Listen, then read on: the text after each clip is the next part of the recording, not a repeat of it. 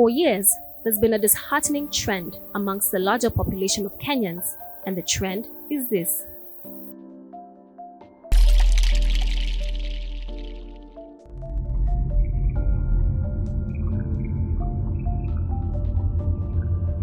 You probably notice this as well.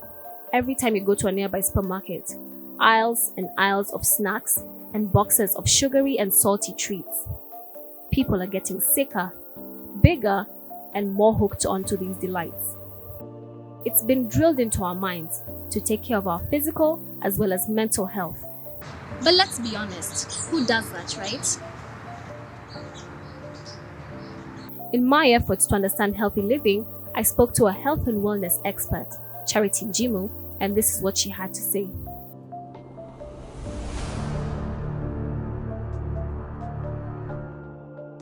It means basically reducing your probability or possibility of illnesses or even dying.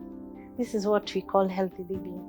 Cost of living has become a conversation that we cannot run away from, especially at a time like this in Kenya, because the cost of living has made most of the Kenyans not have what we call disposable income, and they're not able to save a little bit of money to go to the gym. They do not have a little bit of their disposable income to go for leisure activities, and this is actually affecting them. So clearly we can see that the cost of living has prevented many people from being happy because they cannot afford many of the leisure activities that they could do in the past. And lack of basic needs has also brought about the issue of poor shelter and lack of eating nutritious foods. At the cafeteria, the only thing I can afford at the moment is chips. It's the cheapest item on the menu. If I was to get mashed potatoes or beans or just something more sustainable, that is going to affect my pocket, and I am on a student broke budget. So ultimately, cost of living has had an impact on our health in a very great way. There's one component of health that people often forget, which is environmental wellness, which is linked to health. And when we talk about environmental wellness, the word environment is anything that surrounds us. It's not just nature that surrounds us, but also people who surround us. Are they having negative energy towards us, or are they being positive towards us? So our environment really matters in both senses, in terms of taking care of our surroundings, our nature, because of course if we destroy our environment, we'll not have food to eat, and the rains are not going to come. Now because of global warming, there's less harvesting. When there's less harvesting, then of course limited food sources, and then of course the prices are much higher in the shops. You can clearly see that there is a linkage between us people taking care of our nature, which brings us food and helps us continue living a healthy lifestyle. And also in the sense of who surrounds us is part of our environment, is how we can basically define environmental wellness. If we surround ourselves with people who are negative towards us, then it affects the way we live, which definitely defines a healthy lifestyle. Our lifestyles determine the outcome, and if we don't live healthy lives, then it means we get sick, we don't interact with others in society the way we are supposed to interact, which ultimately affects us as individuals and affect the society at large. So now we know that healthy living is not just about the physical aspect, but your surroundings as well. Which triggered a thought: is mental health part of the spectrum?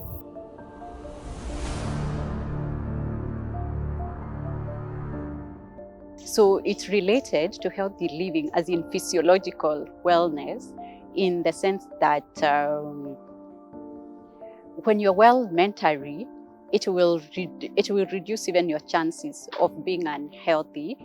And this works in different ways, because when you're not well mentally, you are susceptible to getting stress, And when you are stressed, the way the body works, the central nervous system, is that it will reactivate the cortisol. This is a stress hormone. And this stress hormone, it will make someone to, okay, naturally, stress hormone will help you be able to cope better.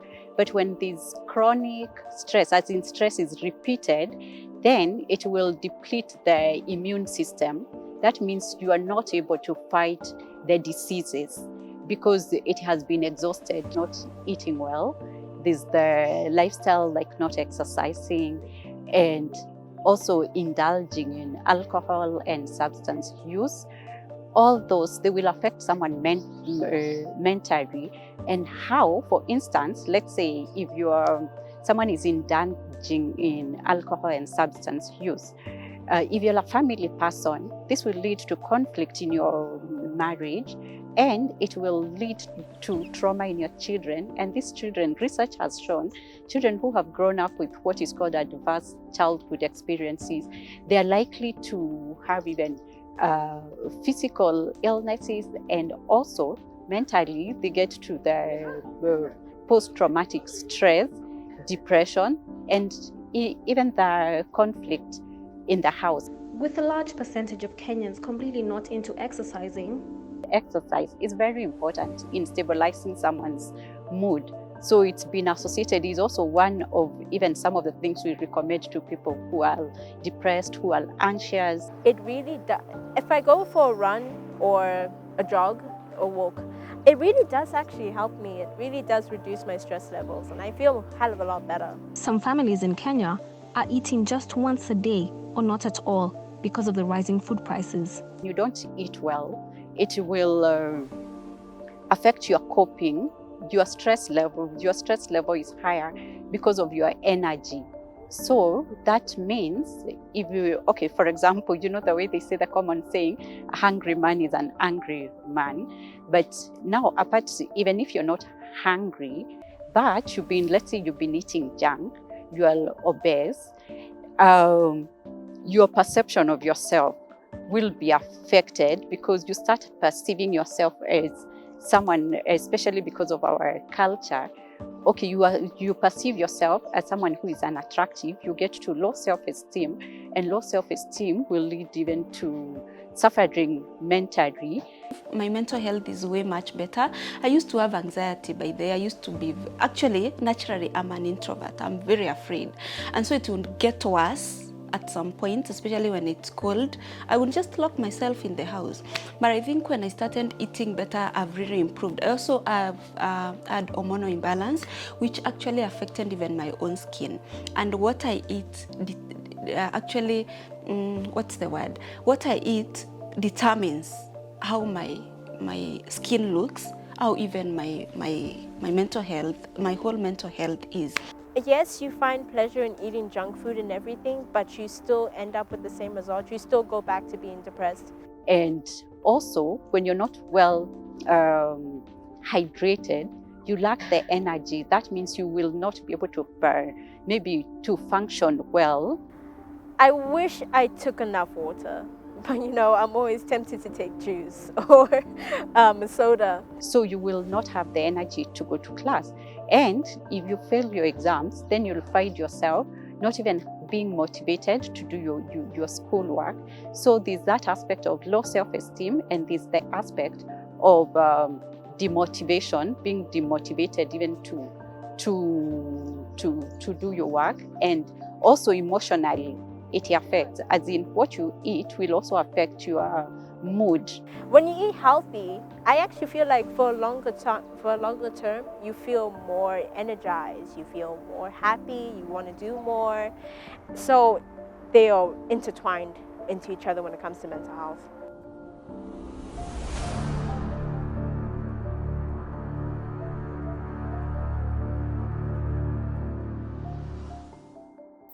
Raised in a similar African setting we've all been in, Nyambura Simiyu never knew much about healthy living until up to the time she decided to do her own research and began growing her own organic produce. Taking my journey seriously was triggered by my health. And I totally changed. I decided I was going to grow my own food. I was going to take control of what I eat. I was going to be very, very intentional about all the food that I eat. And that's how my journey began. Gardening is actually therapeutic. For me, it's my perfect therapy. Not even myself alone. My clients, I have had so many testimonials from the clients that we've walked the journey with. Actually, the most recent one told me that her therapist said whatever you're doing is helping you in your journey to your mental health healing. And it's not only one. So many clients of mine who came to me, they didn't even tell me that they were battling anxiety or any mental health problem, but they have come back and said that they can control their emotions better, their moods better, even by changing their food and changing their journey. So they are more intentional about their whole well-being. So gardening helps a lot, and it's actually one of the most recommended things for people who are battling anxiety. In hindsight, Just eat healthy, just eat raw food, just eat more smoothies, more juices, and it helps a lot. Even with my hormonal health, it's very, very effective. There is no mental health without health, physical health. There is no physical health without mental health. All health is health, and all health starts from what you put inside yourself. You learn to take a break. You get a good support network. You say there's always this time you tell yourself no to some things. Learn to say no to stress, to people who are bringing all those issues that could trigger stressful situations. So yes, all of us go through stress, but how do we cope with it? What are the tips that we can learn to help us cope with stress? All of us have different ways in which we can, deal with this stress. And yeah, there is so much to talk about in terms of stress management. so there you have it. Making a stand for your own health comes from within you. Take initiative now and lead a healthy lifestyle.